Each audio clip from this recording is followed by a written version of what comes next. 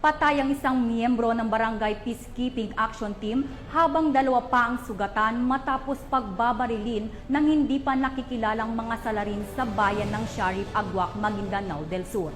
Magbabalita dyan si Patrolwoman Angela Bandalilipe.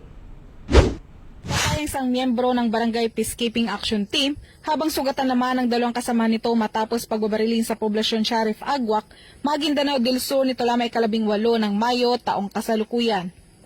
Kinilala ng mga otoridad ang mga biktima na si alias Nasho, 30 anyos, isang BPAT member, alias Sam at alias Isaak na parehong sugatan at residente ng naturang lugar. Ayon sa inisyal na investigasyon, nagkwekwentuhan umano ang mga biktima sa isang gas station nang dumating ang mga suspect na nagpanggap umano na isang customer at pinagbaril ang mga biktima. Matapos ang insidente, mabilis na tumakas ang mga suspect.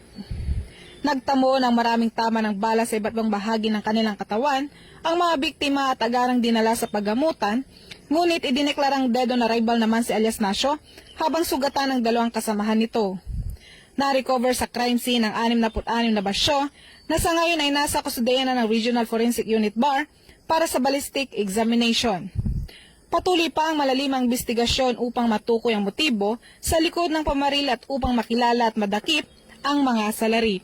Mula rito sa Rio ng Bangsamoro, ako ang iyong Police News Network Correspondent, Patrolwoman Angela Bandarlipe. Alagad ng batas, tagataguyod ng Balitang Pulis.